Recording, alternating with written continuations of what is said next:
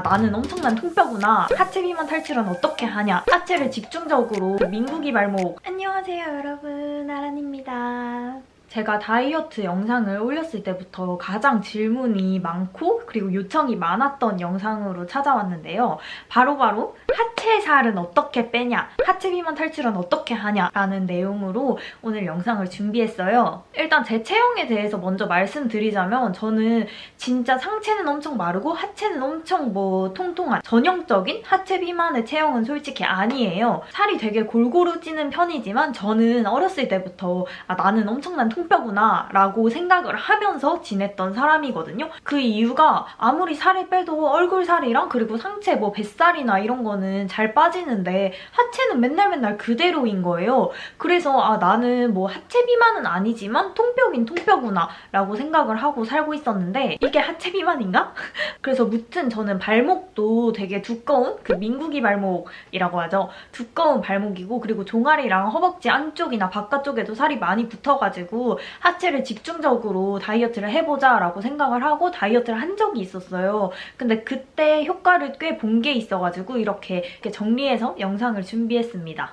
그래서 식단과 운동에 대해서 영상을 준비했는데 일단 첫 번째로 하체는 꾸준함이 생명이에요. 진짜 이거는 확실하거든요. 아까 전에 제가 처음에 영상에서 말했듯이 상체나 얼굴 살은 이렇게 쭉쭉 빠지는 게 느껴지는데 하체는 살이 빠지는 건가? 라는 생각이 들거든요. 하체는 그냥 근육만 빵빵해지는 것 같고 그리고 운동하면은 괜히 앞벅지 나오는 것 같고 종아리 알 더 생기는 것 같고 이런 느낌을 받아보셨을 거예요. 저도 그것 때문에 스트레스 받아가지고 하체 운동을 많이 안 하고 이런 적도 있거든요. 다이어트를 했어. 몸무게는 빠지는데 왜 하체는 그대로지? 왜 하체에는 근육만 붙지? 라는 고민을 누구나 한 번쯤은 해보셨을 것 같거든요. 내가 이렇게 다이어트를 하는 게 맞는 건가 싶어서 저도 포기를 한 적이 되게 많아요. 옛날 영상부터 말했듯이 저는 작심삼일의 대명사잖아요. 그래서 다이어트를 그만두는데 그만둘 때마다 하체가 더 두꺼워지는 거예요. 진짜 이러면 안 되겠다 싶어서 꾸준히 다이어트를 했는데 하체가 조금씩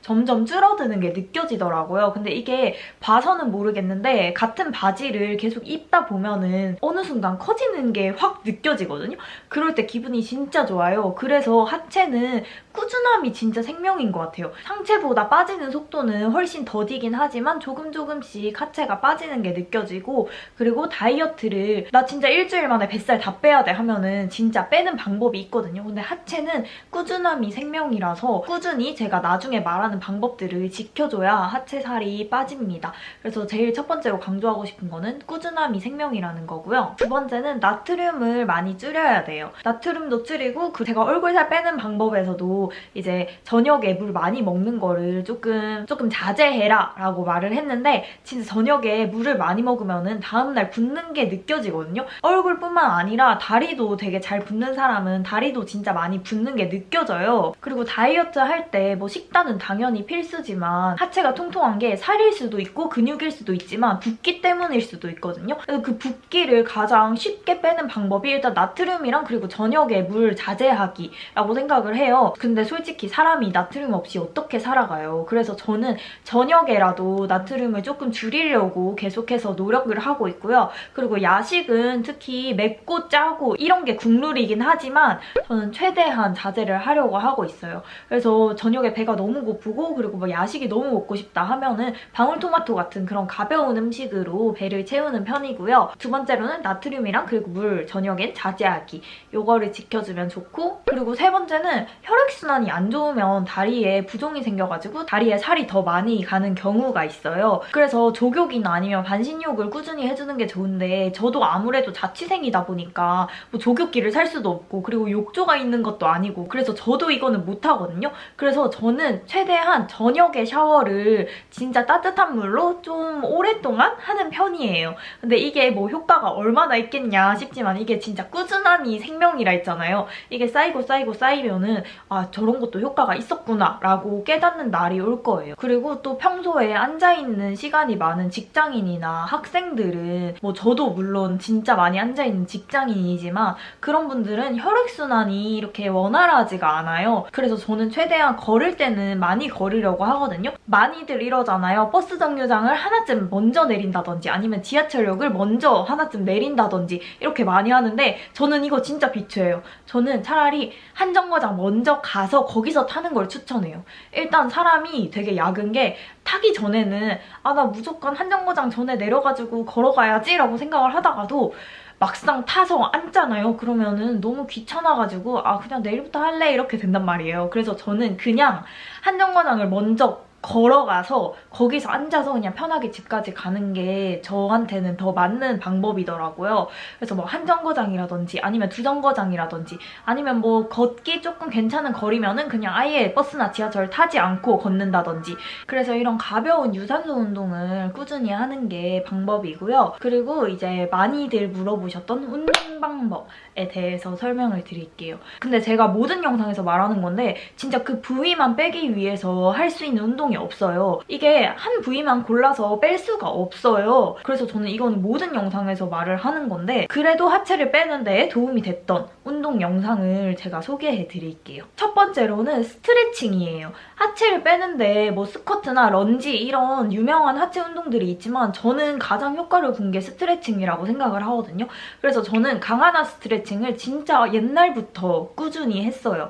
근데 이런 강하나 스트레칭 같은 유튜브 영상을 보면서 스트레칭을 하는 것 자체가 되게 약간 강박관념 같은 게 생기더라고요. 그래서 저는 요가 매트를 깔고 제대로 스트레칭을 한다기보다는 그런 스트레칭 동작을 몇 개를 외워가지고 그냥 아침에 눈 떴을 때 스트레칭을 꾸준히 해주는 편이에요. 저는 가볍게 매일매일 하는 게 가장 중요하다고 생각을 해서 강하나 스트레칭이 아니더라도 다른 하체 스트레칭, 자기한테 잘 맞는 스트레칭 동작을 여러 개를 익혀가지고 매일매일 아침이나 아니면 자기 전에 하는 거를 추천드려요. 그런데 저는 제가 제일 많이 효과 봤던 거는 강하나 스트레칭이고요. 그리고 엄청 유명한 박봄 다리 운동이랑 하늘 자전거 이거는 자기 전에 20-30분씩 꼭 그냥 휴대폰 하면서 할 수 있는 거니까 이것도 한 일주일에 2-3번 정도는 아직까지 꾸준히 해주고 있고 그리고 일자다리 같은 경우도 그냥 휴대폰 하면서 뭐 책 읽으면서 이렇게 평소에도 할 수 있는 거니까 생리 때만 제외를 하고 나서 거의 매일매일 저는 해주는 편인 것 같아요.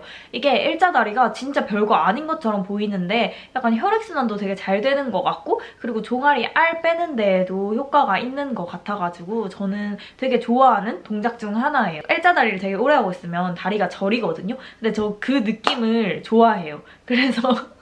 그래서 일자다리를 꾸준히 해주는 편이고요. 그다음 유튜브 운동 중에서는 땅끄부부, 하체 행매운맛, 그리고 이제 허벅지 안쪽살 파괴하기 이거는 진짜 제가 제일 많이 했던 하체 운동이에요. 그 허벅지 안쪽살 빼는 거는 진짜 영상이 짧거든요. 한 5분 정도인데 그래서 저는 이거는 무조건 2번 이상은 해주고 그리고 제가 제일 효과를 많이 본 영상은 마일리 사이러스 하체 운동입니다.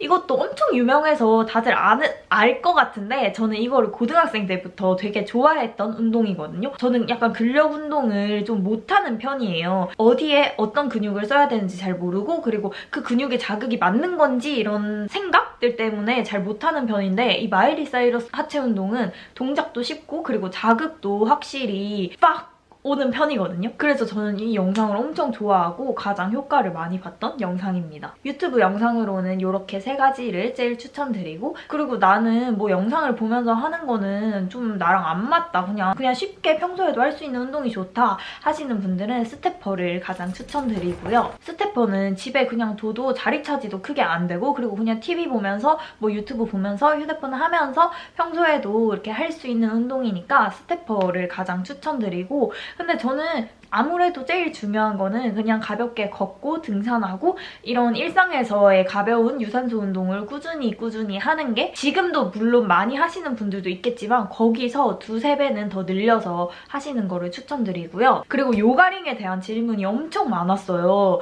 근데 저는 요가링을 글램디 제품 사용하거든요. 근데 저는 옛날에는 그냥 쿠팡에서 제일 저렴한 거 그냥 네이버에 요가링 검색해서 제일 싼 순으로 해서 제일 싼 거를 구매했었는데 그거는 강아지가 다 물어 뜯어가지고 못 쓰는 상태고 근데 저는 뭐 글램디 제품이랑 그 쌌던 저렴한 제품이랑 그렇게 큰 차이점은 잘 모르겠어서 처음에는 저렴한 거를 사다가 이제 나중에 그게 자극이 너무 없다 싶을 때 돈 더 주고 다른 제품을 구매하시는 거를 추천드려요. 저는 요가링은 진짜 집에서는 무조건 거의 자주 하고 있는 편인데 요가링만큼 종아리 알 빼는데 효과 있는 게 없는 것 같거든요. 왜냐면 폼롤러 같은 경우에도 효과가 좋은데 또 그거 꺼내고 막 요가 매트 꺼내고 막 이렇게 해서 또 막 영상 보고 어떤 운동을 해야 되지 이런 고민을 하는 게 너무 싫어가지고 저는 그냥 일상에서도 요가링을 착용하고 다닙니다.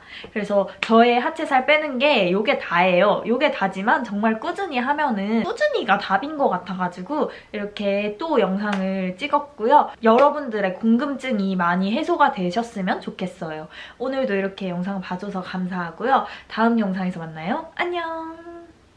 이거는 그냥 제 사담, 그냥 사적인 얘기인데 이거 제 동생이 내일 네일 아트 시험을 보러 가거든요. 그래서 모델을 해야 돼가지고 이렇게 한쪽에만 빨간색 네일을 바르고 있어요. 그래서 이렇게 계속 말하는데 계속 신경 쓰여가지고 무튼 그랬습니다. 여러분 안녕!